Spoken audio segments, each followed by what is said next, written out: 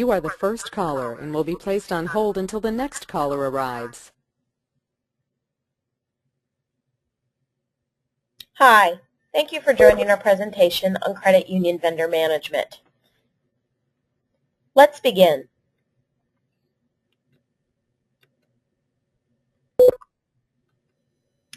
What is CUVM?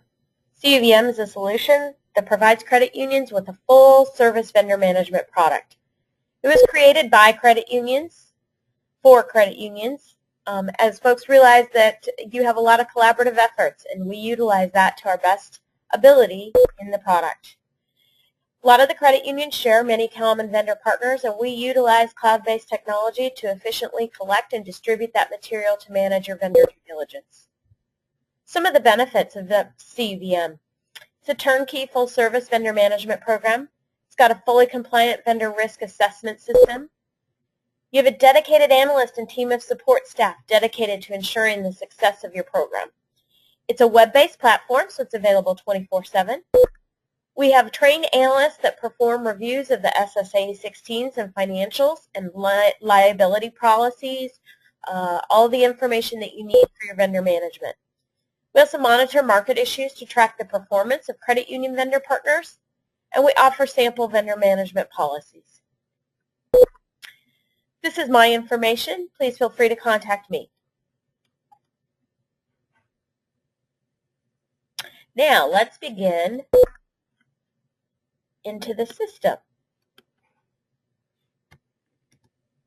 All right. So CUVM, again, is a web-based program. This is our web page. You begin by clicking Credit Union Login. Each user within your organization has their own dedicated username and password. And this takes you into the landing page for your credit union. It's very easy to navigate. At the top, you'll see 3 tabs: Contracts, Users, Reports. And then down the left-hand side, you'll see different ways that you can sort through your contracts and different components to look at different ways to view your landing page. Today, I'm going to show you just a brief synopsis of how to add a contract and how to manage your system here. You can also do search by fields, whether you're doing the internal AKA or vendor, and we'll talk a little bit more about that as we go through that. I will also show you the report package at the end with a great deal of detail and canned reports that are fantastic for your examiners, auditors, any type of folks that may need those. Anything that's in blue you may click on. So if you even wanted to click on your products and services, it will alphabetize them, or if you click on effective date or expiration date, it will sort your landing page or your page that you're on right there by the dates. So that's also a nice feature. So what we're going to do today is go ahead and add a contract. So I'm going to click the button that says Create a New Contract. It takes you to a screen that says Select a Unique AKA name for this contract. So what you want to do is go ahead and name the contract, how you name or how you refer to the vendor in your organization. So I'm going to choose Co-op, and I click Save, and it says that the contract was created successfully.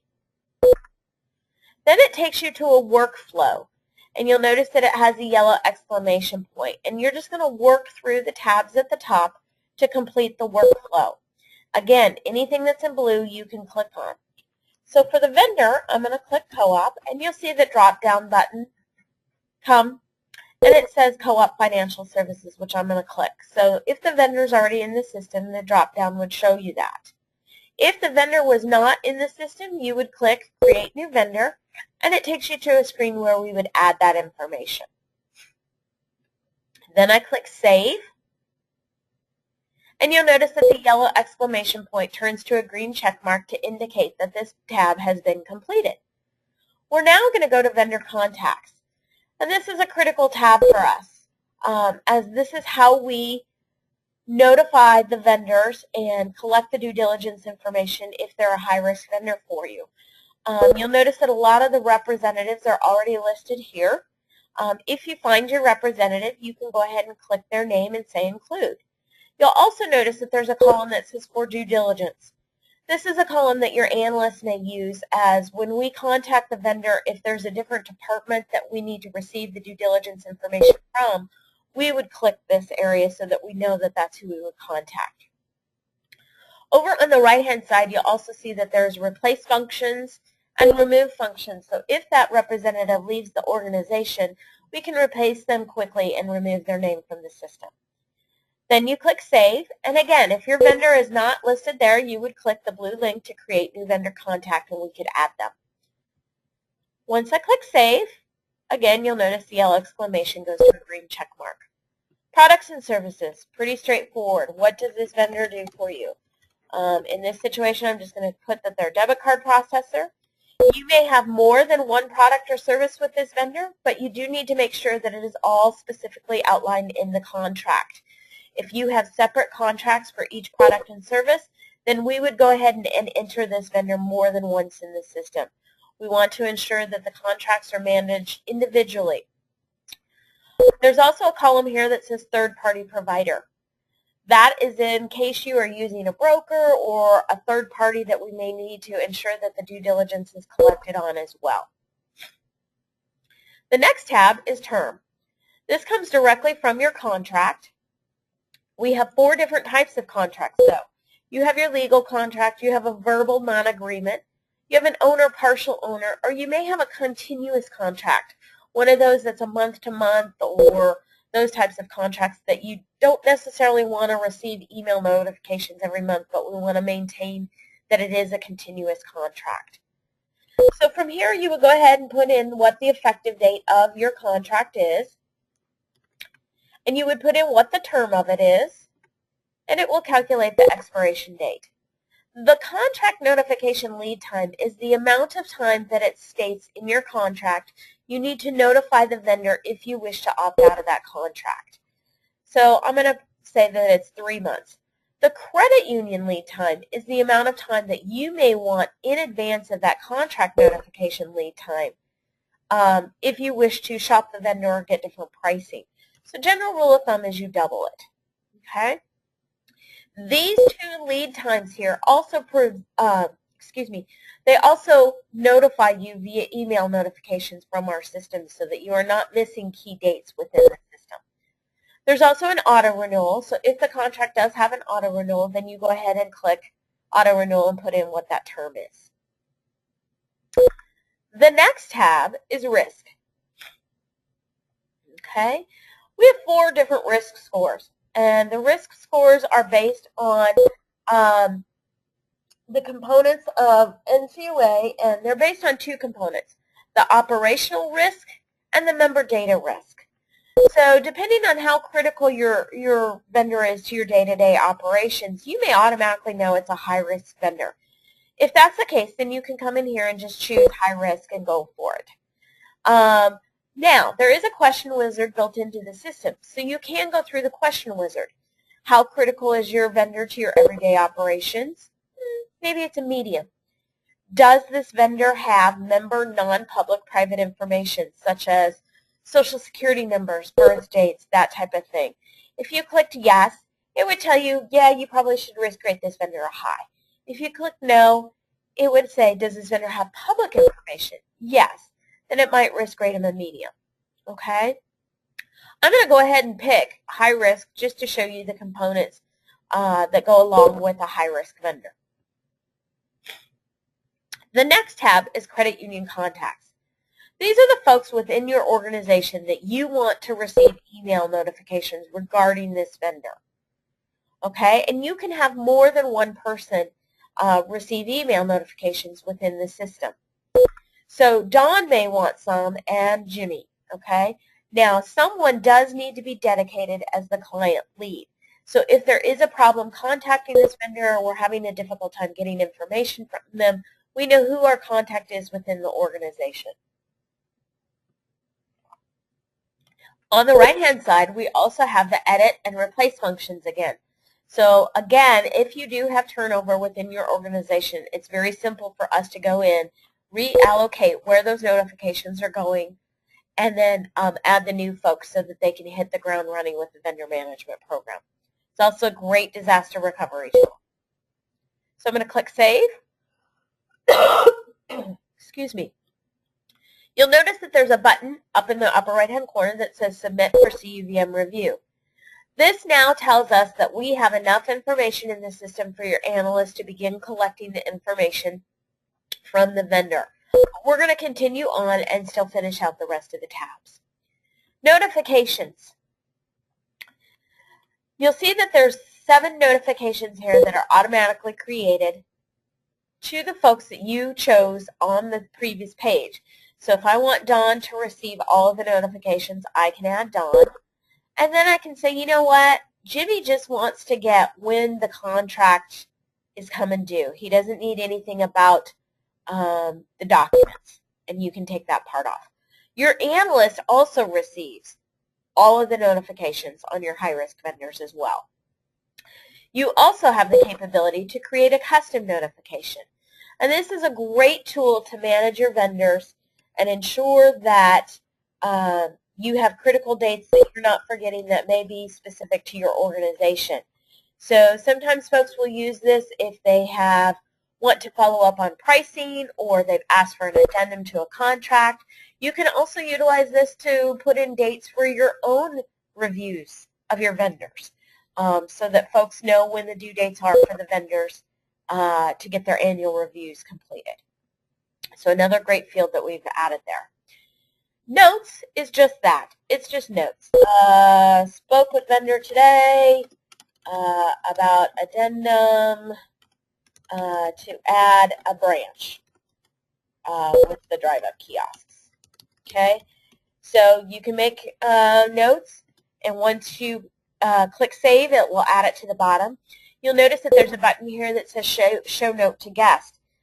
This allows you to ensure that your examiners or your auditors, when they come in, we can provide them guest sign-ons to the system so that you don't have to keep pulling paperwork for them. They can see everything electronically, but this also allows them to see the notes. If you don't want them to see the notes, it's not a problem. You just wouldn't click that box. And again, it date and time stamps it down at the bottom. And you can delete and add notes as you wish.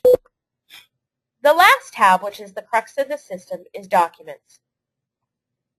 So you'll notice here, if we scroll down, that there are a bunch of documents already here. We added Co-op as a vendor, and you'll notice that the green check marks show that these documents are down here. So we're still missing the signed copy of the contract. So you would upload that into the system so that we have the electronic version of it. But if I click down here, you'll notice that the privacy policy, if I click on it, it opens right up to the privacy policy, and you have all the documents at your fingertips.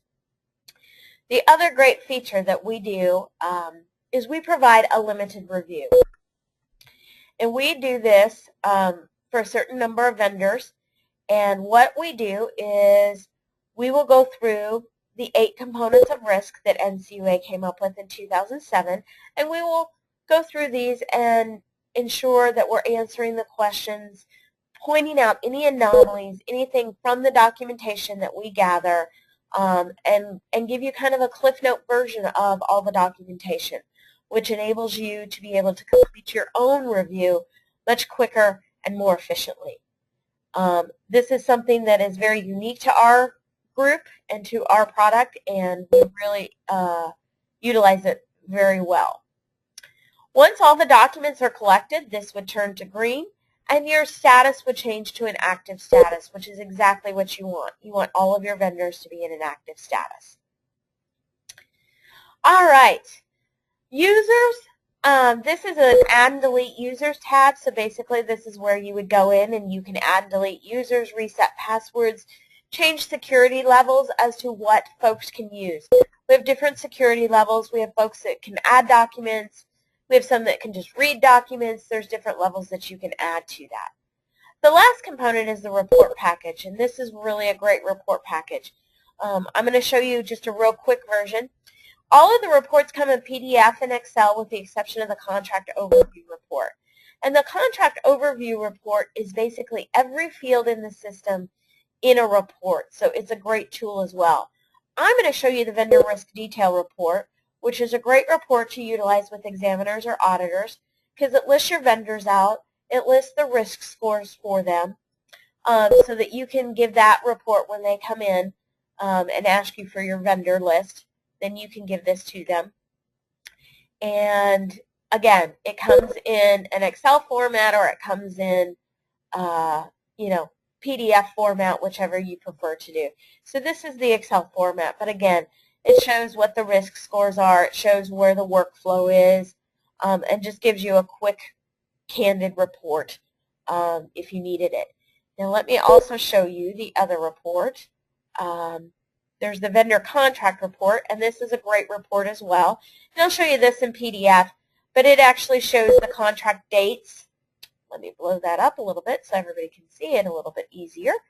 But it shows you who the lead is in your organization, the vendor name, the contract term. So this is a great report as well. It's also a great report to include in board packets if you need to update your board on your vendors or where you're at with the status of things. So again, there's a canned report package. The system is very easy to use, and it's a great tool in your vendor management program. So please feel free to contact us at Leverage for more information regarding pricing. The pricing is based on the asset size of the credit union. There is a one-time setup fee, and then there's a monthly fee. And again, that's based on the asset size of the credit union. So please feel free to contact Leverage, or you can contact myself. And let me pull up that last slide for you with my information on it. And again, it's Kelly Silvernail at CUVM. Thank you and have a great day.